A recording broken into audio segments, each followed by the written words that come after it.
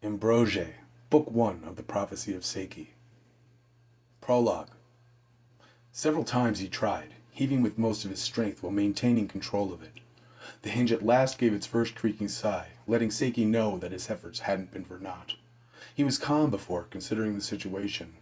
At present, he decided to let a bit of confidence creep into his mood. Time for a break. He stepped back from the gargantuan door that held him within his confines. Many years ago, he would have never dared let himself believe that it was possible for a single man to throw a car, starting at the chest, and have it land a dozen or so meters from the point at which it was thrown. At first, when he was put in this room, he experienced the same disbelief, accompanied by an unwelcome sense of powerlessness, when the door seemed to be as immovable as it would have been when he was just an ordinary fellow still. Now he surveyed the room, taking special time to stare deep into the lens of the camera at the front left corner, a blank expression on his snowy face. Dressed in all black as he was, probably only lent to his sinister appearance. A part of his mind, which he had come to think of as the serpent, had invaded quickly and soothed his initial rage at the thought of truly being confined. It did so with the cool caress of some cold, unknowable void. Seike knew then that not destroying the camera was to be the first of many progressive changes in his approach to his present situation. 2 guards were posted outside his door. He knew them intimately within very little time of being put here.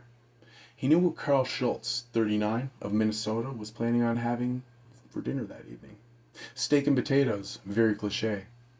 He knew that his partner, Barry Clarks, 33, also of Minnesota, was a compulsive masturbator. He was thinking of it when he arrived on duty and hadn't stopped for more than a few moments at a time since. It was getting close to his usual time for a bathroom break, and he was looking forward to not having to think about it for a half hour or so afterward. Pathetic. Everything they said, he heard. Most things they thought, he knew. There were other things he knew as well. Many things. The sound and rate at which each of the 2 guards' hearts beat. The music of it. The smell that wafted from the 2 of them. So wonderful it hurt. Adding to the sweetness of that scent, he now knew that this door wasn't going to hold him. But what exactly is he, sir? From within S-47 Command and Communications, General Tristram Kellaway was staring at the screens before him, especially at the big one in the center. He registered the question that the young sergeant posed, but ignored it for the time being, instead holding up his hand to forestall further speech. The young man quickly retreated 1 step back and 1 step away, snapping to attention. Though the soldier couldn't see it from his vantage point, the general allowed himself just a bit of a smile. He was respected and a little feared by his subordinates. He believed that being the hardest of the hard-asses made his men and women the hardest and sharpest company of soldiers of any kind in North America. Kellaway was 7-star. He made that up himself. It was one of the perks of being the general of an army that the world didn't know existed, but that fought and held against threats every bit as dangerous as terrorists. Possibly more. Definitely a hell of a lot scarier. The eyes of the man inside the newly constructed cell seemed to stare directly into his own. Moreover, they seemed to stare directly into him, into his soul. This one was new and had easily smashed his way out of a cell that had never posed a problem when holding others of his kind. He fed on the guards, though not fatally. Then he had just stood there, allowing himself to be recaptured. The liquid crystal high-definition display on the monitor highlighted a certain detail that deeply disturbed Kellaway. Those violet eyes of his. They were the brightest and most beautiful eyes he had ever seen. Looking into them made Kellaway's own eyes water. Also, they scared the ever-living shit out of him. He's a vampire. He drank some of our troops' blood, remember? Nearly killed them. Permission to speak freely for a moment, sir? The young Sergeant Willems allowed his voice to crack slightly at the end of the question. Tisk tisk. Kellaway turned and regarded the soldier with his blue eyes, which, for a human, were very cold and piercing. Yes, was all he said. He nearly killed Larchen Weaver, sir, but he didn't. He could have, but chose to withdraw. I'm sure of this, sir. Willem's voice was clear and confident again. He met the general's eyes evenly, determined to enforce his certainty. There was no need to inform the sergeant that he had already considered this. This sort of thing occurred somewhat often in his interaction with his subordinates. He felt that there was nothing wrong with the fact that Willems had voiced his own thoughts. It wasn't the first time the young man had done that. He liked him more because of it. There was a future colonel somewhere in that boy. This new cage had been built over the course of the last week. the strongest yet. It was built just for this man, while he waited with triple the guards on duty in a second Ambrogae containment unit. The general had contained a very large number of very strong and strange classified individuals in his time working here, and he had been here since the facility was built, 35 years ago, roughly. The Ambrogae were the reason for this whole damn mess. Vampires, whatever fancy-ass name they like to call themselves. It started back in the mid-80s. Really, it had started a much longer time ago. It was just noticed by a lot of prominent members of government, including the United States Army behind them, in the 80s. The late 20th century was the perfect time for these assholes to show up more often in human circles. The army was getting ready to go off to fight another little war, and the people were many. Lots of goths in the 80s. Vampire culture was hot then, and has been hot ever since. It was the perfect environment for these demonic bastards to start getting ballsy. Easy to be just another face in the crowd. In January of 1984, a certain former U.S. senator was found dead in a 5-star hotel room. Top floor, corner suite. The local police station's forensic report was messy. 4 people were found dead in the room. They were identified as 2 males and 2 females initially, as the bodies were in such a state that they were only identifiable by the clothing strewn across the blood-spattered carpets of the hotel room. The dead appeared milky white and gray in complexion. Bluish veins and arteries starkly apparent on what seemed to be just skin and some meat hanging over their skeletons. No blood inside. The senator and his bodyguard were identified by the IDs in their wallets, which were found in their suits. The women appeared to be escorts, but no IDs were found. The next morning, a man showed up at the police station claiming to be the deceased senator's bodyguard. He had a very wild story to tell, and had garnered attention from some higher-ups. He claimed that the third prostitute had done it all. He said that she turned into a monster with red eyes and slew everyone at the height of an orgy that she had coerced the senator to arrange to celebrate a business deal. The bodyguard had pissed himself. Then Stink and Stain were still on him. He had acted angry and demanding, but he was scared shitless. He hadn't wanted to participate in the orgy, but the senator and the red-haired prostitute made him record it all with a video camera. He had the tape, as well as proof of identification. After the positive ID, he wouldn't give the tape to anyone, but instead wanted to be confined in the most secure cell they had with it. After making his phone call, he stayed in the cell corner, clutching the tape, until some people came and took him away. Those people were Kellaway's people now. Back then, he was just a colonel. He was very good at it, and apparently his psychological profile fit the bill for a job like this. At first, he was very happy with those people for thinking so highly of his mental stability, as well as very happy with his ability to cope with the realization that humans were not the only intelligent animals out there. Now he thought those same people were just a bunch of old fuckers, and the pride at his reactions to this crazy new world had long since washed mostly away, though he still had his moments. The general recalled those tapes in his mind. Nasty, very nasty stuff. This fiery-haired bitch was showing them all the time of their lives when it came to a very violent halt. They were all climaxing simultaneously while she laughed and worked her magic. The details were something he tried to forget. Their screams didn't last long anyway, though the damage done in so short a time was obviously more than any human could have done. She drank them all very quickly after killing them. First looking at the bodyguard holding a camera and commanding him to shut his mewling mouth, then telling him to keep filming. When she finished, she looked at the camera, laughing like a panther, and said, "We're here to stay. You're all on your way out." She had then leapt out of the window, not bothering to open it first, glass shattering. When Kellaway was shown the video for the first time, he didn't question its authenticity. No one involved questioned it, and it wasn't long before more reports started coming in from various sources with the corpses looking the same. Field Base A-92 was eventually established in the central location of Minnesota, and the rest was history. Some of them were actually working alongside the military, though under the most cautious of circumstances. It was impossible for the good Ambrogae to disguise their nature. These good ones, fewer in number, were mostly former humans. They had blue eyes unlike anything you would ever see without the use of colored contact lenses. The bad ones had ruby red eyes with coal black pupils when they had turned their faces on. The features of their faces changed too, though not always. The oldest ones underwent pretty hideous transformations. This guy had purple eyes. Did a red one and a blue one fuck and spatter purple all into the canvas of reality? Who knew? The blues never told the humans a thing they didn't have to know, and the red ones just ate the humans. General Kellaway had only ever spoken face to face with one of the blues. She never gave her name, but she was the only one who had personally set foot into the base. She was a bit cold, but she seemed to have a very human personality. He never knew what to think of that, because the blues still needed human blood to live. Animals were not an option, for whatever reason. The blues got most of their human blood without the human ever knowing, and without any harm done, but it still creeped Tristram out, being in the same room with one. Her pretty ivory face and perfect shining black hair didn't change that. Bringing himself back to the moment at hand, he acknowledged Willem's opinion. "I think you're right, Sergeant. After seeing this vampire in action, I'm beginning to wonder whether he doesn't actually want to be in here." A red light began flashing on the ceiling overhead, accompanied seconds after by the blaring of the alarm. Somewhere along the line, that sound had become the source of all the General's fears. Images started switching rapidly on monitors as the security AI focused images of areas surrounding the hazard site. The central monitor stayed the same. The new cage was now empty and broken. Shit. Activity swirled chaotically in the command center as several response teams were dispatched to their assigned locations.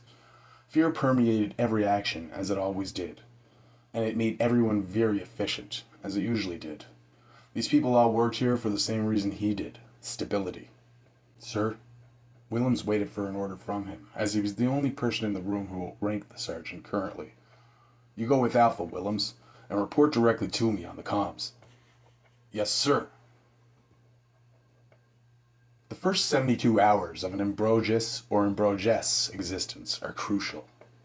This is what Seike and every other human were told, in some form or another, when they were made into a vampire. During these 3 days, their ultimate nature would take form. Most succumbed to the darkness, taking on the being of the Leviathan. Legion, as some holy folk would later refer to it as. Others, fewer in number, had taken on the being of the serpent, Selene. Most Ambrogae believed these tales of the vampire god and goddess. Most priests believed in God, too. When he was told these tales by his sire, he regarded them with doubt, despite the obvious evidence to the contrary. Even though he had not been an atheist in his human life, he believed in human potential more than anything else. Becoming something other than human had unnerved him, but he had first noted that he was still himself. And with that sort of mind, he still regarded most things theological with doubt. Ambrogaic myths, human myths, tomato, tomato. "Please, you must side with the serpent, Seike." A haunting voice arose in his memory. His sire, Celinda. The name meant moon lover in the ancient tongue, and she had indeed loved the moon. She had been a blue and had given him a second chance at life. He had loved her in a way that hurt him now even more than he had thought the pain of the final thirst would. She was the reason that he was here, in this cell. She should have never doubted that he would serve any cause that was hers. He smoothed over his thick black hair, standing and staring at the next door. The alarm didn't sound in this room, but Seike was aware of the smart security system that an installation like this would have. Besides, he could hear it in many of the other rooms that it was going off in. Schultz and Clarks were napping soundlessly at the card table. He had not fed off them because Larch and Weaver had provided him with enough sustenance for nearly 2 weeks, barring bodily injury. Once he had at last obtained the information that he needed from a stray thought somewhere, the doors had proven to be an easier task than he thought. 3 blows instead of 1. He sensed 4 frightened minds in the second guard room on the other side of the wall. The lights were probably going off in there. No doubt those men were the first informed of this little mishap. For him, it wasn't really a big deal. Those men were about to begin experiencing a great deal more fear, though. As he was taught, he let the void of the goddess flow into his mind, inky and frigid. Charging his body with the resulting psionic energy, he smashed the thick, gleaming steel door. It crumpled like foil and flew several feet, landing heavily on the floor on the other side. 4 sets of completely stunned faces had absolutely no time for reaction as Seike blurred from one to the other, hitting each lightly on the neck. The strikes themselves were hardly more than caresses, but the psionic jolts he sent into their brains flattened them. They, like the other 2, were merely asleep. Their heads would hurt a great deal upon waking, a thought which made him smile. He imagined some of the communications officers spilling their coffees at that smile as they watched this all go down on a screen somewhere above. Conveniently, the cell he was looking for was very close. He easily smashed his way through the next two groups of soldiers that he encountered. They were armed with the same high-voltage rifles that he had feigned electrocution from twice already. They made him feel all tingly when they shot him. Regardless of their effectiveness, though, Seike thought again about how futuristic this place was. He arrived in the correct corridor and knew that the cell was around the right corner of the T-section straight ahead. At that moment, 4 more soldiers came around both corners at the end of the hall. Seike recognized one. He was the same sergeant that had responded to his first breakout. The young man's name was Jake Willems. Sensing amiability underneath the fear, he decided to try talking first this time. "Boy, stand down. I have business here, and then I will be gone. I mean no one here any harm. On the contrary, I find what you do here to be very respectable in comparison to most branches of the government." The young man raised his hand, smartly signaling his men to stand down for the moment. "I have orders to detain you by any means necessary. Communication would be my preferred method. I'm not an idiot. I've seen what you can do. I'm not going to let you detain me this time. The first time was no accident. The second time wasn't either, but you already know that." He refrained from using the soldier's name. Telepathy was one of the features of the serpent that humans didn't need to know about. Willems hesitated, then hit a button on the communications device on his outer shoulder. A response came through. "Report, Willems." "Sir, the Ambrogae says he has business here. He wants us to stand down." Seike noted the hesitation with a half-smile. Many Ambrogae despised the name vampire because to them it symbolized the humans' ignorance of their world. The only thing popular fiction ever got right was the drinking of human blood, and to a lesser extent the transformation aspect. Seike never really cared what anyone called him. The other soldiers waited as Willems listened to an earphone response. Seike wasn't supposed to hear the response, but he heard it anyway. "Like hell. He comes in here causing all this shit like he's a red, and now he's asking politely? Fuck him. Ask him what he wants." Obviously nervous, Willems relayed the reply, omitting everything except the question. "I need to see an old friend one last time. You would know him by name, I think. Emilio." Not a single soldier held his composure at the mention of the name. Yes, they had most certainly all heard of the famous Emilio. Heartripper is what these particular men thought of him as. A very good idea, actually. He was caught almost 2 decades ago for crimes against humanity and the Ambrogae of Seike. After his capture, the routes of interaction and cooperation between the Ambrogae of Seike and the soldiers of Field Base A-92 were set. For the first time in history, a joint trial was undergone between both human and vampire. It ended up that the Ambrogae won the right, and their folly was in their arrogance and sureness in dealing with the situation. He would be put to the final death by ancient rites and ritual. Ancient rites and ritual made it easy for the old vampire to escape. He took the lives of 4 blues in the process. He took Seike's will to live that night, something that was very hard to get back. Even still, he would never be the same. He wasn't there for her when he could have been. It took 11 years to recapture him, and this time the humans did it. They had kept him, a right that the Ambrogae acknowledged.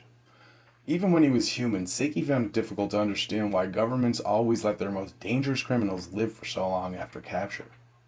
In this case, it was likely for experimentation, but still, he couldn't let the humans have Emilio, though. He wanted him all to himself. The general responded openly. "I would love to, but you've killed 2. We can't just let you go like that. Wouldn't be good for morale." Through a hastily made decision, the violet-eyed vampire had been forced to kill one of the soldiers when he was captured originally. "Then I will make you a deal, sir. You let me have visiting hours with Emilio. I let you lock me back up." He didn't intend to keep that promise, of course. There was silence for a while as the soldiers fidgeted nervously, guns pointing mostly steadily in his direction. Finally, the general responded. "All right, you know what? If it means none of my men have to die tonight, then you have a deal. Order your men to let him pass, Willems." At that moment, Seike felt a strange and strangled mental tension from one of the soldiers, and he knew the man was about to disobey that order. A hate that had managed to hide during the confrontation resurfaced at the general's acquiescence and seized control of the man's thoughts. The furious current of it was so strong, Seike was impressed that the man had been able to hide it from him. This person had lost someone dear to a red Ambrogae. Feeling this kind of rage from a human caused his mind to pool and form a curious question. He wondered if Legion and Selene were restricted to influencing only the minds of vampire kind. This man's hate felt like something dark and corrupting. The trooper had a gun holstered at his side, but he quickly snatched the weapon out of it and raised it to fire. Seike sensed a thought from him. Silver. Really? Once most people knew vampires were real, they were ready to believe just about anything. The soldier started firing, but Seike already had a layer of psionic energy forming a kinetic shield between himself and the bullets. They ricocheted off of what appeared to be air only inches in front of him. Seike first saw the red spot appear on Willem's head. An instant later, he felt the 4 soldiers become 3 as gravity took over the lifeless body of the sergeant, dropping it heavily in place. That the unfortunate young soldier had lost his life in such an unlikely way was something that he couldn't bring himself to feel even a moment's sympathy for. The cold part of his mind instantly knew that this would dampen his relationship with the men and women of S-47 just that much more. But there was no time to consider the consequences of the last 5 seconds. Seike rushed into the 3 remaining soldiers, felling all 3 before they could respond. He rounded the corner, and his vision sharpened as his heart sped up. He saw the door that he was looking for. He hastily smashed the steel door down and saw exactly who he was hoping to see. An emaciated Emilio, red eyes glaring into his violet ones. The Ambrogae was old and came from below. All of their kind began existence with pitch-black hair, which became progressively lighter as they aged. Emilio's hair was a silvery white in color. He smiled, baring his many small razor teeth. "So, you've come to kill me yourself. I thought you were better than that." The Ancient One looked like he was about to say more as Seike drove his fist into the bastard's chest, pulling out his heart and crushing it completely before its owner's very eyes. Red blood so dark it was nearly black spattered in every direction as the organ exploded. For the first time, he saw fear in those arrogant eyes, and he felt a strange elation. Placing his bloodied hand onto the face of Emilio, he sent a vicious blast of energy into the Red's brain, cooking it in seconds. An agonizing death that left Seike feeling momentarily satisfied. She was avenged now. "I did it, baby," he whispered to the air. His voice, though quiet, choked slightly. He knew his bright purple eyes shone with emotion. For 19 years, his thoughts had been consumed too often by vengeance and pain. Now there was only the pain and a yearning emptiness. As he made his way out of the base, his thoughts drifted back to her, his Celinda. She was still gone, but now her murderer was gone as well, hopefully to some sort of eternal hell. Celinda had become a memory of pain greater than he imagined the final thirst would be. But now, even as he shed a few salty tears for his loss, the memory of her face brought him peace for the first time since she had died. He felt as if her ghost were there, comforting him and at the same time telling him to let go of his pain. Seike wanted to listen, but he couldn't let her memory go. He would never again see her, never smell her or hear her. His body quivered in response to his misery, even as he rushed out of the base and into the night forest. Be it dull or sharp, pain was his new world.